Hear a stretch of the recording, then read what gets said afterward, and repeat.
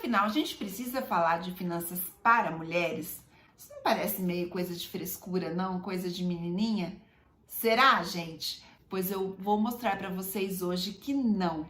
Realmente nós precisamos e muito falar de finanças para mulheres. Primeiro por razões que elas precisam e desconhecem, eu vou mostrar tudo aqui para vocês, e também por razões comportamentais. Nós já sabemos que meninos funcionam diferente das meninas, então essa é uma das razões que o tema finanças, como N outros temas, também tem que ser tratado de forma diferente. Afinal de contas, se estamos numa guerra para aumentar o número de mulheres investidoras nesse país, não é à toa, gente. Por muito tempo, essa linguagem do financeiro espantou as mulheres. Mas bem, já estou falando demais. Eu quero mostrar para vocês aqui na tela alguns dados que vocês vão entender por que precisamos falar de finanças especificamente para mulheres e nunca mais vocês vão esquecer, tá bom? Mas antes quero pedir para você deixar o seu joinha se esse tema é relevante para você.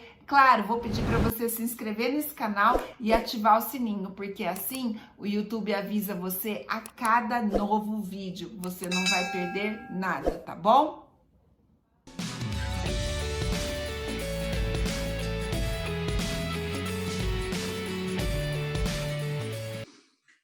Vou pedir licença para vocês para mostrar essa charge. Está em inglês, mas é bem simples e muito fácil da gente entender. Olha só, aqui desse lado esquerdo fala, né, o que o seu conselheiro financeiro diz, blá, blá, blá, blá, blá, blá, blá, blá, blá, blá, blá, e o que foi entendido? Nada, tudo em branco. Ou seja, eu acho que essa situação é bem familiar para várias de vocês, né? Afinal de contas, quando a gente pensa em dinheiro, sempre veio alguém falando uma fórmula toda elucubrada e muito difícil de entender, e aí no final o que ficava na nossa cabeça é só um ponto de interrogação. E isso não acontece só com as mulheres, principalmente com as mulheres, até porque, por questões que eu vou mostrar agora para vocês, as próprias mulheres muitas vezes falam, não, isso não é para mim. Será que não é? Vamos ver aqui no próximo slide. Bom, então, por que falar de finanças para mulheres, né? Essa é uma linda moça e o que ela tem de histórico por trás dela? Gente, primeira coisa que a gente tem que pensar é que existe uma tendência natural do tempo. As mulheres só ingressaram no mercado de trabalho no século XIX, lá na Revolução Industrial. E o que aconteceu com essas mulheres? Elas foram enfiadas dentro de fábricas. Aliás, é de lá que vem a Revolução, de que mulheres foram queimadas e nasceu assim o Dia da Mulher, uma história muito triste, né? Elas foram queimadas dentro da fábrica. Por quê? Porque sim, as mulheres dentro da fábrica ganhavam muito menos, elas precisavam do dinheiro muitas vezes para ajudar em casa, se sujeitavam a uma função menor, ganhavam menos e trabalhavam muito em quantidade de horas, mais do que os homens, tá? Acho que não é novidade para ninguém. Quando que as mulheres começaram a ir para posições de liderança, e aí o tema dinheiro começa a ser mais necessário. Entre as guerras, gente, a Primeira e a Segunda Grande Guerra Mundial. Por quê? Os maridos foram para as guerras, as mulheres foram obrigadas a tomar conta dos negócios em casa. Então, elas tiveram que assumir posições de liderança justamente nessa época. Ou seja, a gente está falando de um negócio desse, né, ou melhor, que tem menos de 100 anos praticamente. Então, não é muito estranho a gente perceber a defasagem entre homem e mulher, mas não para por aí. Não é porque mulheres ganham menos do que homens ou estão em posições menores do que homens que elas têm que se preocupar com investimentos. Não é só isso, tem mais coisas aí. E vamos ver. 40% de diferença salarial, ou seja, nós ganhamos sim menos do que os homens, isso é um problema mundial, esse dado é mundial, né? Foi divulgado no Fórum Econômico Mundial em 2019. Aqui no Brasil essa diferença ela até é 20%, é um pouco menos, e em relação a mulheres no topo, no mundo, 18,6%, mas no Brasil a gente está numa posição até um pouco mais avantajada também. Entretanto, quando a gente olha questões salariais, a estatística mostra de que nós, mulheres, vamos levar 257 anos para ter equidade de gênero. Então, se está pensando que quando ganhar mais, vai poder investir e vai cuidar mais do seu dinheiro, cuidado. Existe uma briga muito grande mundialmente falando, de mulheres ganharem menos do que os homens. Mas eu sempre digo, nós podemos ou não estar nessa estatística. Eu acho que antes de rotular um discurso feminista, de briga, etc., a gente tem que entender, primeiro, que existe um dado histórico, né? Nós estamos no mercado de trabalho e estamos em posição de liderança há pouco tempo, olhando um mundo que já tem aí, né, milhares de anos. A nossa atuação financeiramente falando, economicamente falando, melhor, ela é de pouco tempo. Então, a gente ainda está engatinhando nisso. E existe também a questão da escolha. Tem mulheres que elas querem trabalhar com uma carga horária menor, elas querem trabalhar numa posição com menos responsabilidade, e aí não tem jeito, né? Se a gente quer galgar maiores ganhos, a gente tem que ir para a guerra, né? Seja no empreendedorismo ou seja no mercado de trabalho. Então, por essas duas frentes, esse quadro, ele prevê que as mulheres levam 257 anos para chegar. Eu acredito que com a crise do coronavírus, a gente vai encurtar um pouquinho, porque descobriu-se, né, o quanto podemos ser produtivos de home office. Então, acaba que isso favorece as mulheres, tanto para ter, talvez, a ajuda do marido em casa, quanto também para mostrar que ela pode trabalhar muito bem, mesmo estando em casa. Mas vamos mais, que tem mais dados para vocês.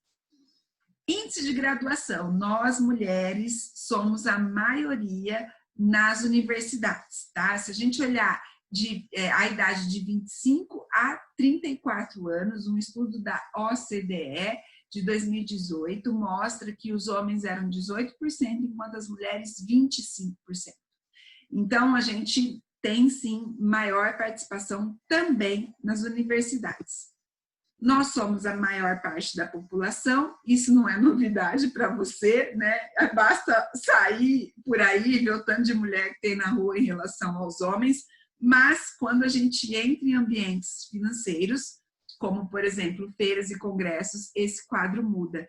É o único lugar que eu sempre brinco que eu vejo fila no banheiro dos homens e não no banheiro das mulheres.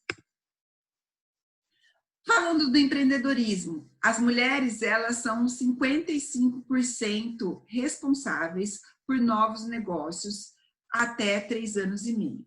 E por que eu coloquei aqui novos negócios e não coloquei a palavra startup, embora sejam startups? Mas quando a gente fala de startup, a mente já leva para os prodígios da TI, né? Das empresas unicórnios, e aí realmente são muitos homens. Mas, se a gente olhar novos negócios como um todo, o Sebrae mostra que 55% desses negócios são iniciados por mulheres. Tempo de vida, nós mulheres vivemos mais do que os homens. Então, enquanto os homens têm uma longevidade até 72 anos, nós mulheres vamos até 80, 9,5% maior. Eu acho que de tudo que eu falei, gente, só esse dado já é muito importante para entender por que mulheres precisam cuidar do dinheiro. É uma fase da vida que a gente não pode iniciar, né, depois talvez de perder o companheiro, nessa faixa etária, a gente não pode iniciar o entendimento financeiro. Já é uma fase muito comprometida. Então, quanto antes você começar, melhor você vai viver, mesmo que você perca o seu companheiro aí na melhor idade. Responsabilidade financeira dos lares. 45% dos lares brasileiros são chefiados por mulheres. E olha que interessante, como esse número cresceu. Se a gente falar aí num prazo de 20 anos, né, de 25 anos até 2020, esse número praticamente dobrou. Então, as mulheres, elas vêm sim crescendo muito da participação financeira em casa, e em 45% dos lares elas são a maioria, é um número bem alto. Então, quando a gente olha um histórico onde a mulher demorou para começar a lidar com temas econômicos, demorou para ir para o mercado de trabalho, ainda existe e isso acarreta ainda numa grande diferença salarial. O índice de graduação somos maiores, né? A gente tem muita capacidade. Somos 52% da população, começamos novos negócios muito mais do que os homens, vivemos muito mais do que os homens, trazemos dinheiro para dentro de casa quase que na igualdade ali, né? Quase metade dos lares brasileiros, as mulheres trazem mais dinheiro para dentro de casa ou são sozinhas em relação aos homens. E aí a gente vai para a parte dos investimentos, esse número cai e é muito triste, né? 24% só dos investidores da Bolsa são mulheres e 31% no Tesouro Direto. Então, porque mulher é conservadora? Tá bom, vamos olhar o Tesouro Direto? Não muda muito, só 31%. Eu acredito que a gente volta para aquele primeiro quadro que eu mostrei, né? A mulherada vê o tema de finanças e foge, acha que isso é um absurdo e que não cabe. Mas tem um outro quadro que eu quero mostrar para vocês, que talvez se eu tivesse visto isso quando jovem, eu teria começado a investir mais cedo e eu espero que isso encoraje vocês. O que eu queria mostrar com esse slide aqui é que sim, as mulheres precisam de uma linguagem de finanças diferenciada, porque com todo esse poder ainda somos apenas 24% de investidoras na Bolsa e 31% no Tesouro Direto, tá? Gente, isso é o ciclo de vida financeiro. Eu já mostrei em outros slides, mas eu mostrei com outro propósito. Então, mostrei em outros vídeos, mas mostrei em outro propósito. Eu quero aqui dividir com vocês essa preocupação do porquê as mulheres precisam muito aprender sobre investimentos. Então, se a gente olhar aqui nós temos na horizontal a idade e na vertical a gente tem a renda, o patrimônio, né? Ou seja, como se fosse uma curva de dinheiro.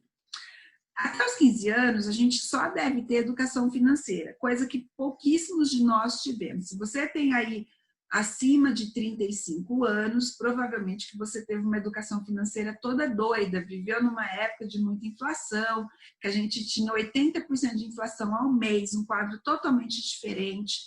Então, a educação financeira vocês estão tendo agora, quem está buscando, né? Agora, os nossos filhos provavelmente já têm um perfil de ter recebido mesmo a educação financeira aqui. De 15 a 25, ainda é fácil de ter educação financeira, até porque aqui a gente começa a trabalhar, começa a gerar renda, mas, de novo, não é todo mundo que teve. A nova geração com certeza, mas a antiga nem tanto. E aqui, gente, é o início da rentabilização. Faz que a gente está na faculdade, começa, né, a trabalhar, ter estágio, ter sua remuneração. Dos 25 aos 35 é o maior pico de rentabilização que a gente passa. Poxa, mas eu ganho mais aos 45 do que aos 35. É verdade, eu acredito nisso. Mas se você comparar o que você ganhava ou ganha aos 35 em relação aos 25, é muito maior. Mesmo que você ganhava R$1.000 com 25 anos de idade e com 35 está lá ganhando 3.000, 2.000, você dobra a sua renda. E aqui é uma fase aonde a gente gasta pouco, né? Para quem não teve filhos cedo, ainda não tem filhos, está numa fase de menos gastos.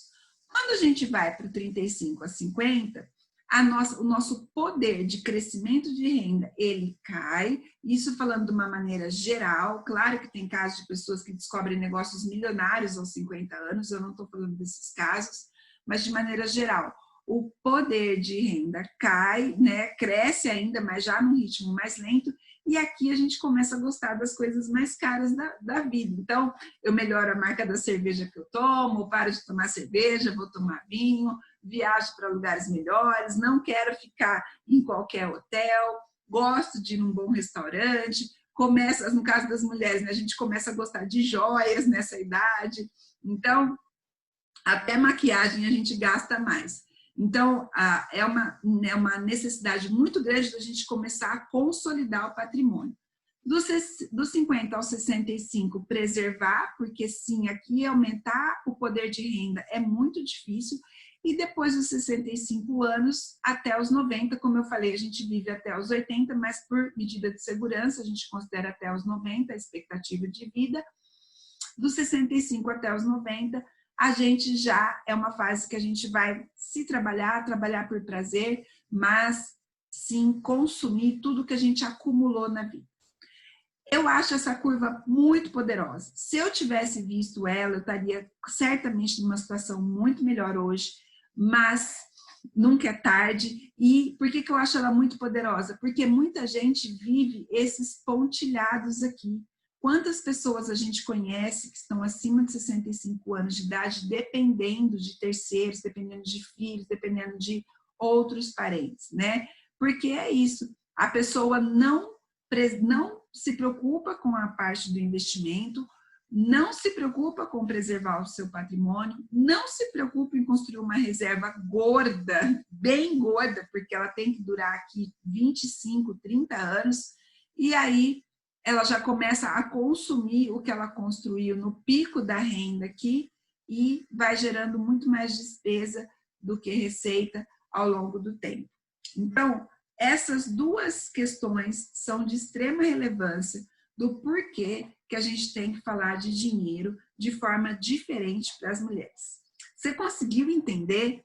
Além disso, ainda tem a questão comportamental, que é falar de uma forma fácil, de uma forma tranquila, como eu falei aqui para vocês. Eu acho que numa economia que antes as mulheres colocavam dinheiro na poupança e era suficiente, ou comprava imóvel, era suficiente na época das nossas mães ou das nossas tias, muitas fizeram isso. Por quê? Porque a poupança rendia muito bem, os imóveis eram excelentes investimentos, tanto do ponto de vista de valorização, quanto do ponto de vista de disponibilidade, era mais fácil vender e comprar, mas hoje não. Existem mulheres viúvas com patrimônio imenso em imóveis e que passam dificuldades porque não tem dinheiro líquido na mão. E essas mulheres não tiveram experiência com investimentos. Então, eu sou contra imóvel? Jamais. Não sou contra imóvel. Mas imóvel não pode ser o único investimento de uma mulher. Sou contra a poupança? Sim, isso eu sou contra, porque a poupança hoje é quase igual você deixar o dinheiro no colchão. Ao longo do tempo, você perde muito o poder de compra, porque a poupança vai render menos de 2% ao ano, enquanto suas contas estão aumentando 10%, 12% ao ano. Então, lá na frente, você não vai ter o poder de compra se deixar o seu dinheiro na poupança. Você vai viver essa curva pontilhada, mesmo tendo segurado o dinheiro para poupar a sua vida inteira, se privado de prazeres, porque você não quis, ou melhor, não teve oportunidade de aprender sobre investimentos. Então, minha amiga, nós precisamos sim nos unir, nos encorajar e, claro, falar de finanças de uma forma diferenciada para as mulheres, para que elas possam viver muito bem lá na melhor idade, tá bom?